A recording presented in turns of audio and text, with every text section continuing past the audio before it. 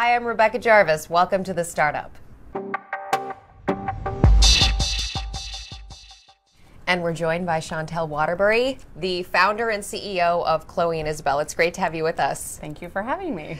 Okay, so tell me about your company. You are on maternity leave and you start crafting a business plan. Because that's what people do on maternity leave. Naturally. I was like, this is the first time in my life I've ever been bored.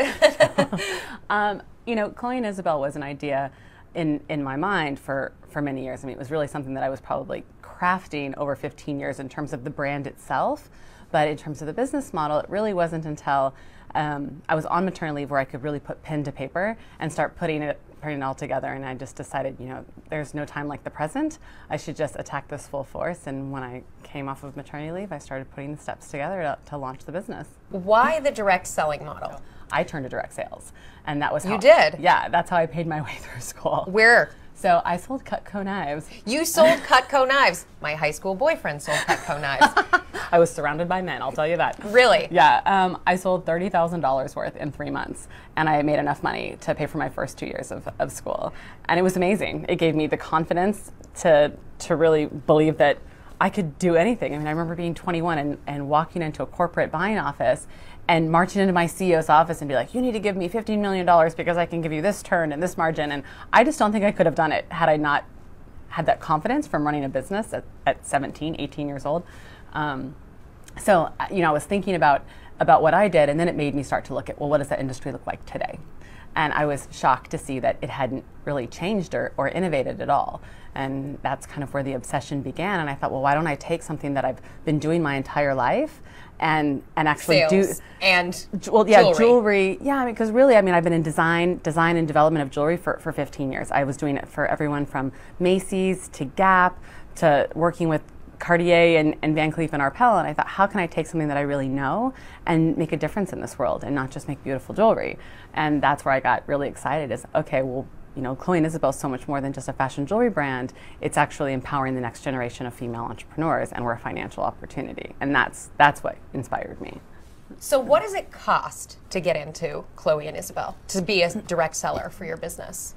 So we are actually a very different model from what you would see a normal direct selling company. In direct sales, you pay a certain amount of money and you're suddenly selling this product. We actually have somewhat of a lengthy interview process because we're hand selecting every single merchandiser. You select the people who become the direct sellers. Yeah. So they're not just buying a kit and going out and selling it. No, I thought that would be much easier, but sometimes I'm like, oh, that would be nice. Why did you choose to do that? Everybody has different goals in life, and we didn't want to focus on the one person who became a millionaire selling it, but how it can affect every single person. And in order for us to create that program, we needed to have personal relationships with every single seller and get an idea of, well, what does success look like and what does she look like? And at the same time, she's an extension of our brand. She is my store.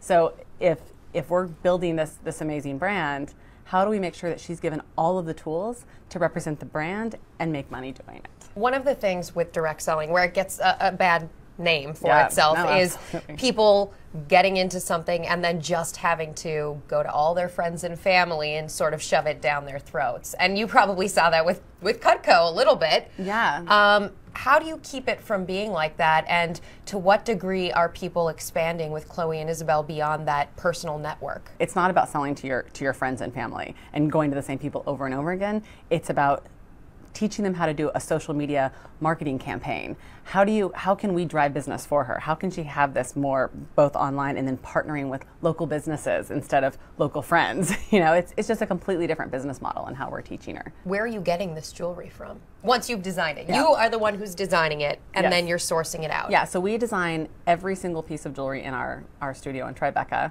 and then we work with factories overseas for actually producing all of it in the top. I mean, they produce the top jewelry around the world. So primarily Asian factories? Yes, primarily in Asia. And these are the people that I've been working with for years and developing relationships with for years so that I can actually be in these top factories. And I'm sure you do get the question, you know, why not in the United States? Why don't you create your jewelry here in the United States? And what do you say to that? You know, unfortunately, I mean, I wish we could, but most of the factories here have closed down. I mean, it used to be when I started in this industry, everything was primarily made in Providence, Rhode Island. And since then, you've just seen these factories all closed down. So even if I was to try and go there, they're most likely extending their lines into Asia as well. So it's not just a matter of price and what the consumer and your company pays. It's a matter of there's no supply.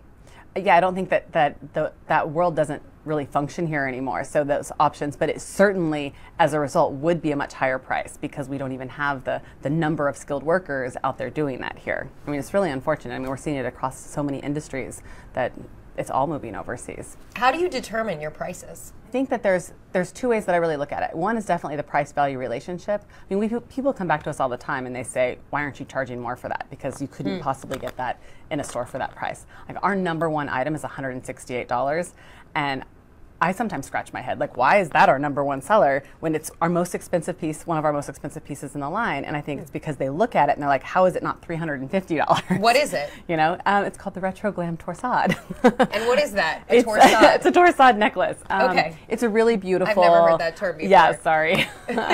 Industry speak. It's just this really beautiful multi-layered, sort of twisted chain and pearl and crystal necklace. I mean, it's a gorgeous piece, but you know, that you can look at a piece and say competitively, where should this be priced? Or you can look at, well, how much is it actually costing me to produce it, and then marking it up from there. Because again, we don't have this extra layer of a middleman. I don't mark it up just because it should be that price. I just do whatever the minimum amount that we need to give a great price-value relationship to our end customer. Fabulous. So, thanks so much. Thank you. And thank you for watching us on The Startup. Remember, if there's someone you'd like to see here, tweet us at Rebecca Jarvis, #TheStartup.